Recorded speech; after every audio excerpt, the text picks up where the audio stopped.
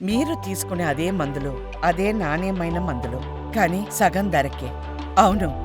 మెడ్‌ప్లస్ బ్రాండ్స్‌పై 50-80% తగ్గింపు. హలో అండి, నేను doctor Sridhar, interventional radiologist at Medicover hospitals. ఇప్పుడు ప్రస్తుతం చాలామంది నీ పెయిన్తో సఫర్ అవుతున్నారు. చాలామంది పేషెంట్స్ నీ జాయింట్ ప్రాబ్లంతో వచ్చి డాక్టర్ని కలవడం జరుగుతుంది. సో వీటిలో అన్నిటికీ మనకు నీ రీప్లేస్మెంట్ సర్జరీస్ అనేది లేకుండా కొంతవరకు మనం గ్రేడ్స్ ఉంటాయి. దాంట్లో నీ డ్యామేజ్ అయినప్పుడు, నీ జాయింట్ డ్యామేజ్ అయినప్పుడు, మోకాళ్ళ అరుగుదల అయినప్పుడు గ్రేడ్ 1 to 4 ఉంటాయి. సో 4th గ్రేడ్లో మాత్రం ఈ నీ రీప్లేస్మెంట్ సర్జరీ చేస్తారు.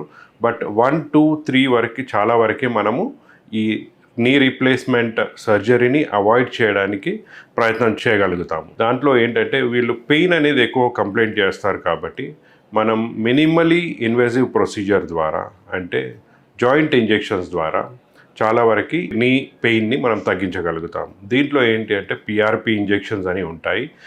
అది కాకుండా స్టెరాయిడ్ ఇంజెక్షన్స్ కూడా ఉంటాయి. సో పిఆర్పి ఇంజెక్షన్స్లో ఏంటంటే మనము పేషెంట్ బ్లడ్నే ఒక 20 ml డ్రా చేసి దాంట్లో నుంచి ప్లాస్మా తీసి అది పేషెంట్ జాయింట్లో ఇంజెక్ట్ చేయడం జరుగుతుంది. దీని ద్వారా ఏమవుతుందంటే పేషెంట్లో ఆ పెయిన్ అనేది తగ్గుతుంది అండ్ అందులో కార్టిలేజ్ ఆర్ ఆ గుజ్జు అని మనం అంటాము, ఆ ల్యూబ్రికేషన్ అనేది ఇంప్రూవ్ అవుతుంది.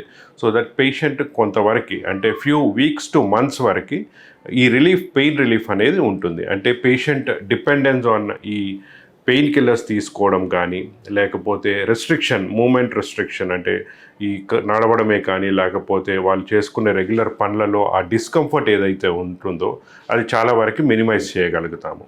సో ఈ పేషెంట్స్కి ఈ ప్రొసీజర్ అనేది జస్ట్ ఫ్యూ మినిట్స్లో, అంటే పేషెంట్ వచ్చి ఓపీ బేసిస్లోనే ఈ ప్రొసీజర్ చేసుకోవచ్చు. పేషెంట్ని అల్ట్రాసౌండ్ స్కాన్లో తీసుకొని అనెస్థీషియా ఇచ్చేసి, మోకాల వరకు అనెస్థీషియా ఇచ్చేసి ఈ పిఆర్పి ఇంజెక్షన్ అనేది ఇవ్వడం జరుగుతుంది.